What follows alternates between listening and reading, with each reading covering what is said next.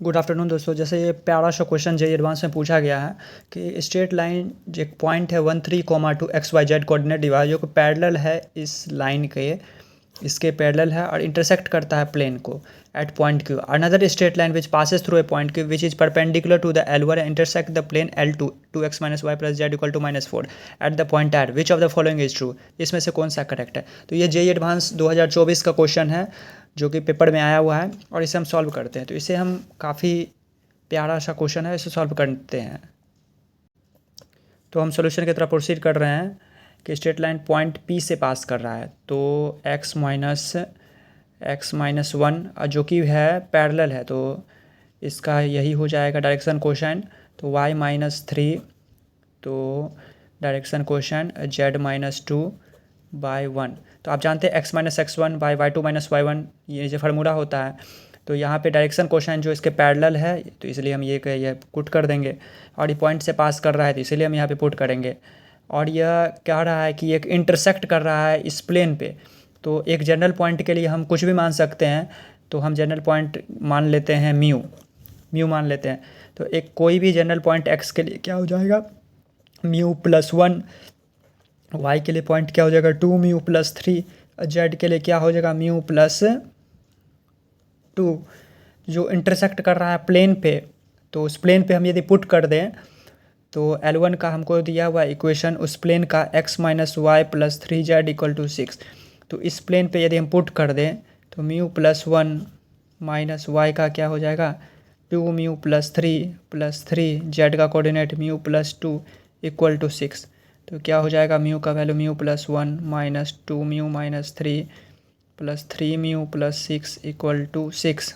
ये हो गया, 6 कट गया तो माइनस म्यू, ये म्यू माइनस म्यू + 3μ - 2μ = 2 म्यू = 1। तो ये तो कैलकुलेशन है, आप भी कर सकते हैं। म्यू का वैल्यू 1 हो गया तो एक पॉइंट x का हम निकाल सकते हैं।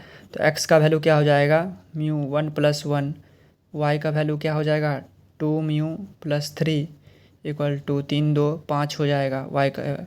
और z का क्या हो जाएगा, z का हो जाएगा μ+2, तो z = 1। तो XYZ का हम कोऑर्डिनेट जो कि हम Q पॉइंट हम निकल चुका है, वह Q पॉइंट जो है हमारा XYZ का कोऑर्डिनेट है, तो वह है 2 5 और 1। और ये कह रहा है Q पॉइंट निकल रहा है और ये पासेस कर रहा है Q, परपेंडिकुलर है L1 का। तो L1 हमारा इक्वेशन दिया हुआ है, प्लेन का इक्वेशन दिया x - y + 3z = 6 ये दिया हुआ है। तो हम इक्वेशन ऑफ द लाइन हम जानते हैं कि x - x1 तो x - 2, और यहाँ पे डायरेक्शन क्वेश्चन दिया हुआ है, तो डायरेक्शन क्वेश्चन दिया हुआ है तो यहाँ पे y - 5 यहाँ पे -1 और z - 1/3। और एक जनरल पॉइंट हम यहाँ पे भी मान सकते हैं। तो जनरल पॉइंट हम यदि यहाँ पे लैम्डा मान ले तो x बराबर क्या हो जाएगा, 2 लैम्डा, यहाँ पे सॉरी x बराबर क्या हो जाएगा, लैम्डा + 2, y बराबर -लैम्डा + 5 और z बराबर 3 लैम्डा + 1। और ये कह रहा है कि यह जो ये पास करता है वो परपेंडिकुलर है किसके, L1 intersect the plane L2 और intersect the plane L2 2x - y + z = -4। तो इस इक्वेशन जैसे L2 का दिया हुआ है 2x - y + z = -4, तो इस इक्वेशन को सेटिस्फाई करेगा। तो यहाँ पे हम पुट कर देते हैं कुछ जनरल पॉइंट, 2 × लैम्डा + 2 यहाँ पे -लैम्डा + 5 प्लस z लिखा है, z 3 लैम्डा + 3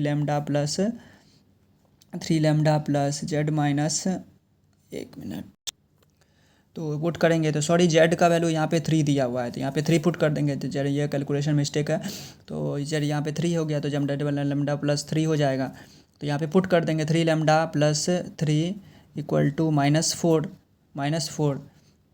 तो ये अब हम पुट करेंगे। अब यहाँ पे लैम्डा का वैल्यू निकलेगा, तो लैम्डा का वैल्यू 2 दूनी 4, आपको कैलकुलेशन करके दिखा सकते हैं।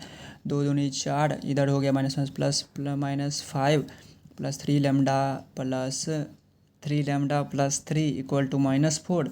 तो अब हम यहाँ पे कैलकुलेशन करेंगे तो लैम्डा = क्या हो जाएगा, -1 लैम्डा इक्वल टू -1 हमारा यहाँ पे आंसर ये आएगा लैम्डा।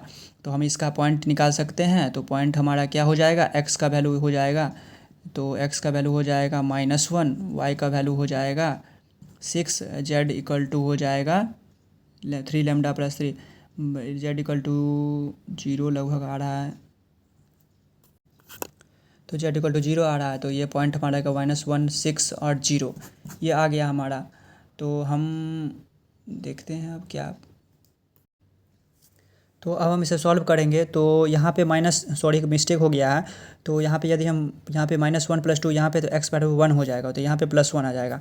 तो अब हम सेटिस्फाई करते हैं। तो हम क्वेश्चन की तरफ देखते हैं। तो क्वेश्चन हमारा क्या था पहले, तो ये कोऑर्डिनेट ऑफ आर का हमारा निकला 160 हो गया, तो यहाँ पे कोऑर्डिनेट ऑफ 163 है।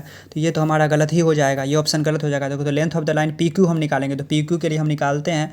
तो हम पी क्यू के लिए पी का वैल्यू, पी जो हमारा दिया हुआ है 13 और 2 दिया हुआ है, और क्यू का value another intersect the point, Q का वैल्यू दिया है 2, 5, 3। अब दोनों कोऑर्डिनेट को हम कर सकते हैं लेंथ निकालने के लिए, x2 - x1, तो 2 - 1 का होल स्क्वायर, 5 - 3 का होल स्क्वायर, 3 - 2 का होल स्क्वायर। तो यहाँ पे हम पूरे 1 + 5 3 2 2 दूनी 4, 3 दूनी 1, तो 2 दूनी 4, 2 1 5 6, तो हमारा 6 आ रहा है। तो ये तो ऑप्शन हमारा 1 सही लग रहा है। तो हम 1 को सही टिक मार देंगे, तो 1 हमारा ये सही हो जाएगा। Centroid of the point P Q, तो सेंट्रोइड हम जानते हैं, पी हमें पता है, क्यू पता है, आर भी हमें निकाला, centroid of the point 5 Q R. तो आर के लिए हम निकालते हैं। तो हम आर जानते हैं कि आर ये हो जाएगा 160।